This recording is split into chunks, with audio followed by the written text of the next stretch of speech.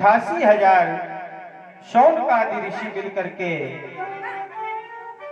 कलिमल रहित पुष्पक क्षेत्र नैमिषारण्य तीर्थ में, जहां पर सूत पौराणिक जी निवास करते थे, वहां गए। और सूत जी कैसे थे? विख्यात तत्वदर्शी थे वे और नाना विषयों के ज्ञाता थे। विख्यात तत्वदर्शी थे वे और नाना विषयों के ज्ञाता थे और रोचक पुराण गाथाओं के अति ही प्रवीण विख्याता थे।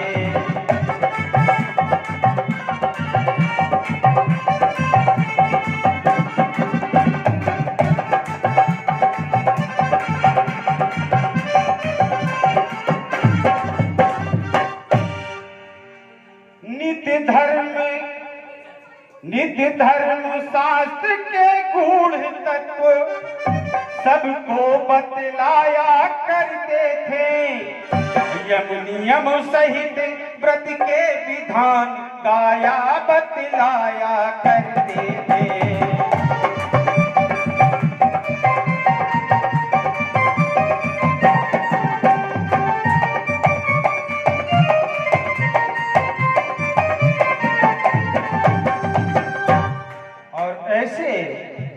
सूत पौराणिक जी को देख स्वागत प्रणाम के पश्चात अति ही विनम्र वाणी में हाथ जोड़ करके कहा कि हे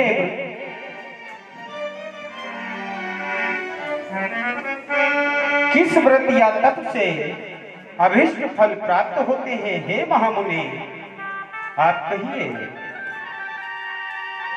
और ऋषियों की ये परोपकार मिश्रित वाणी सुनकर सूत जी बहुत ही प्रसन्न हुए और बोले, ऋषियों, आप लोग धन्य हैं जो ऐसा प्रश्न पूछा। नारदे नयो संप्रष्टो भगवान कमलापति सुरखे यथेवः तात षड्धुज समाहितः। सूत जी बोले, जैसे आप लोगों ने मुझसे प्रश्न किया है, वैसे ही एक बार नारद जी ने भगवान विष्णु से किया था। एक बार नारद जी जीवों पर कृपा करने के लिए और कृपा करने की इच्छा से कई लोगों में घूमते हुए मृत्यु लोक पहुंचे और वहां पर देखा नाना प्रकार नाना प्राणी और नाना दुख वहां उठाते हैं।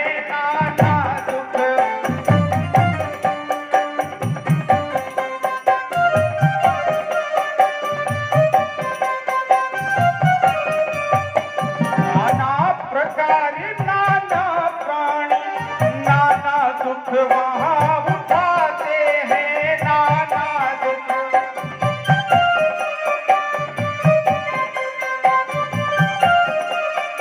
आपत्ति जाल से छूटने का उद्योग न कोई पाते हैं।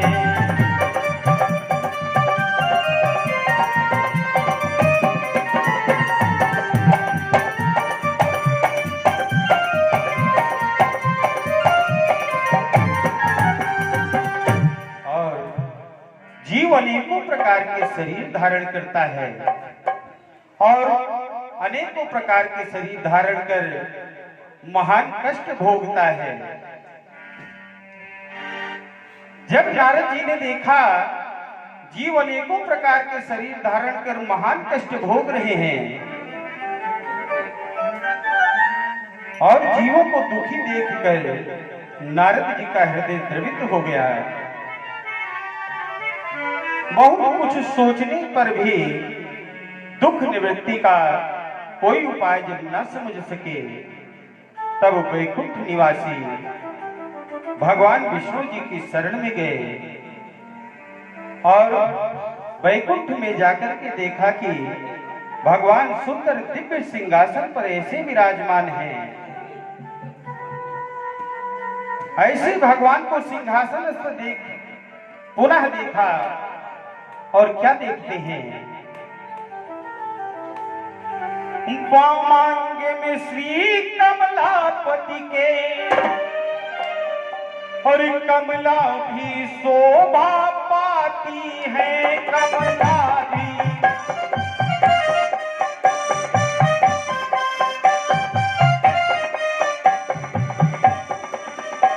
वामांगे में श्री कमलापति के कमला भी शोभा पाती है,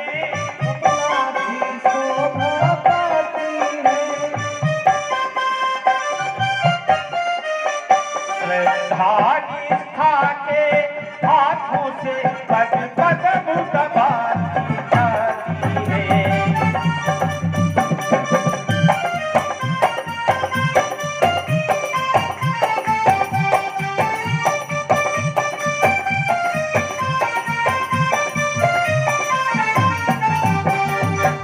और इस प्रकार नारद जी भगवान की शोभा देखकर स्तुति करने लगे। हे प्रभु, आप वाणी और मन की गति से भिन्न हैं। आप अनेकों रूपों में व अनंत शक्ति वाले हैं। आप आदि मध्य और अंतहीन हैं।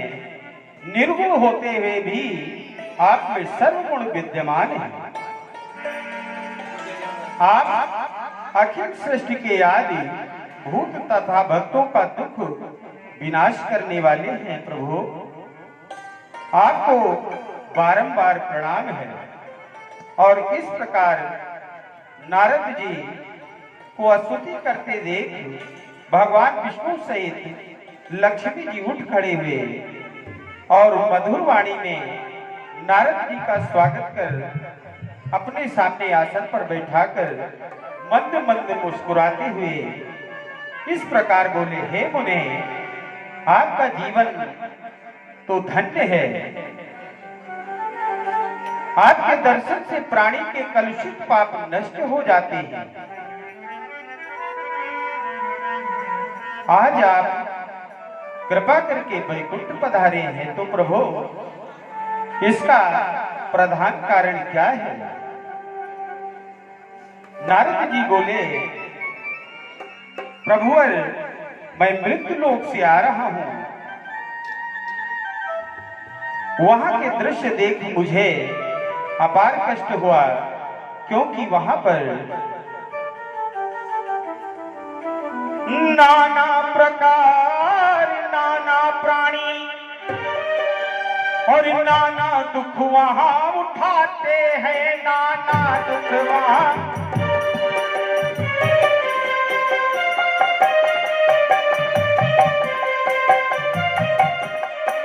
आपत्ति जान से छूटने का उद्योग न कोई पाते हैं।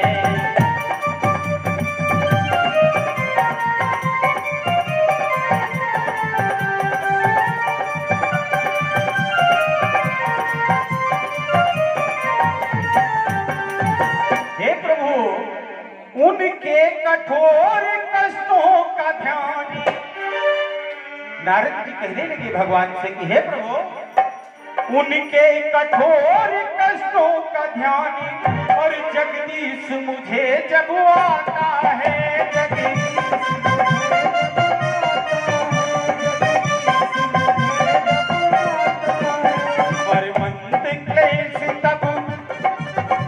मरमंत क्लेश तब पाता हूँ, वो विघ्न जीत हो जाता है।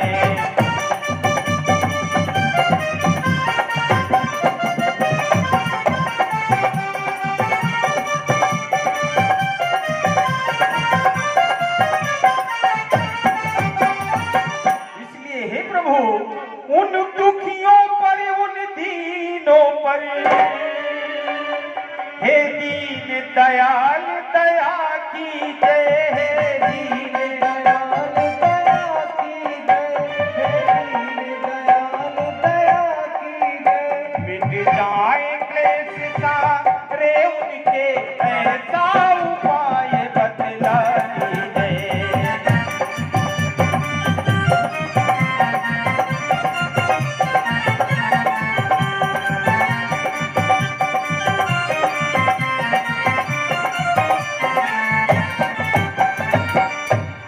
हे मुने, आपने बड़ा ही सुंदर प्रश्न किया है, जिसका उद्देश्य जन कल्याण का है। उन्हीं का जीवन धन्य है जो वास्तव में परोपकारी है। परंतु मुनिनाथ आज कलयुग है। भगवान कहने लगे नारद जी से कि हे मुने, मुनिनाथ आज कलयुग है, और इसका यह अद्भुत लक्षण है। मुनि